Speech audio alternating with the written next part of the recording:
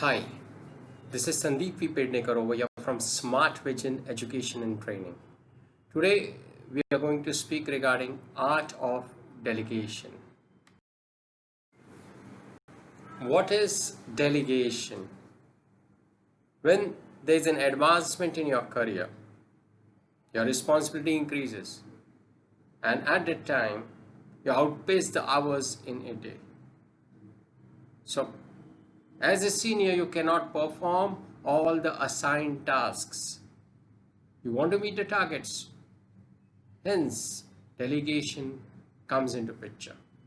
You delegate certain tasks to your team members and follow up on that.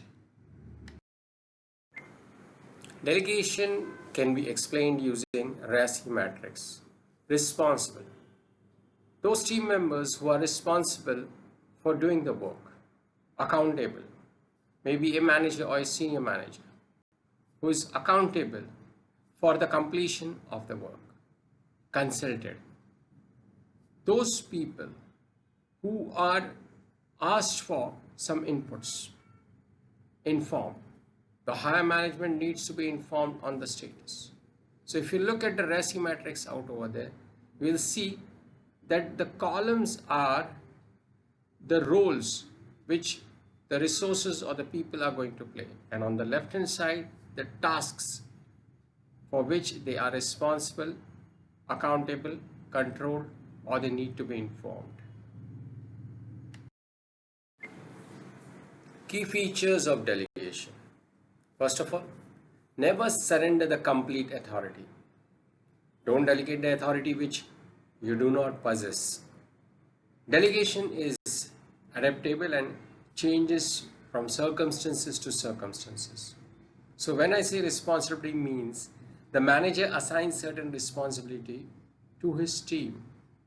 Accountability, yes, it means that the manager has to check on time to time whether the team is performing, whether the project is on time, because he is accountable for it.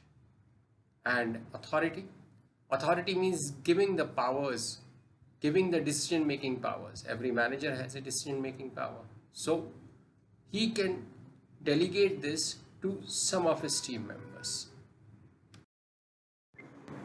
Delegation. When a manager grants some power, or authority to his subordinates, it is called as delegation. Only a part of the authority can be granted. Manager can reduce or enhance the powers which he has given to the subordinates. Also, if there is any problem, the manager cannot run away because he is accountable for everything. So if you want to be the leader, always give success to your subordinates, the credit of the success to your subordinates, and the failure, you are accountable for it. This is one of the examples of intense scrutiny. Let's assume that there is a social networking website and many people are logging into it. So there is an ample amount of data of all these people. And somewhere there is a data leakage which has happened.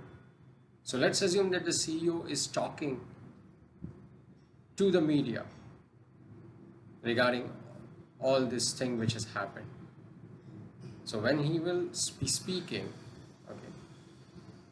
he will take the full responsibility of what has happened, the shortcomings of the platform, of the social networking platform and the company.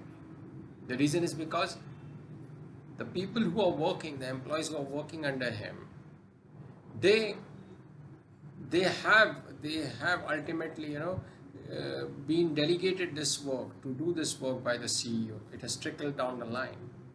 So that's why all employees have the responsibility, but the CEO is ultimately the highest authority figure that those responsibilities fall into. So he is accountable for it. Before we move to the delegation process, let's understand the leader, the manager, has given the responsibility and the authority to the team members. I'm talking regarding the right hand side picture. But finally, who is accountable? The leader is accountable for the failure. And a successful leader, I said, is someone who takes the responsibility of the failure and gives the credit of the success to the team members. So if you look at the process, it's a effective delegation process. Plan who, what, when, where, why, how. Who is going to do what, when, what time.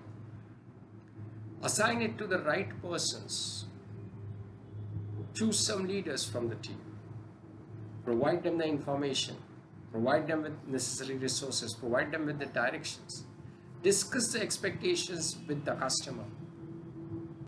Explain to your team what is your responsibility, what are the limitations, and what will be the consequences if we do not deliver on time. Assist the team whenever required, whenever they need clarity, whenever they need assistance. Track progress from time to time, which is very, very important. Make use of quality gates, quality gate A, quality gate B, where you do the review at periodic intervals. Report, do proper reporting, update the supervisor, update the customer as well, get everyone involved. Ask for feedback from the customer, from your superiors, because feedback finally helps you in implementing the plan, do, check, act process, and that's good for the project. So you have to at times do a review of the delegation process. You have a task, you give it to the project team members, they work on it. You review the quality of the task and decide as to what rework needs to be done. And finally, the task is complete. Those are the steps which are listed down on the right hand side. You as a person, the one who is going to delegate, you should check out whether you are giving it to the right person. Do they have the clarity on it? Did they have the right control, the true control over the entire project or over the small modules on which they are working on? Was the deadline which was given, was it realistic? Was the support sufficient? Were there adequate resources to perform those tasks? So review is a very important process with respect to delegation. So thank you for listening. This was Sandip Pednekar over here from Smart Vision Education and Training. Keep in touch. See you next time.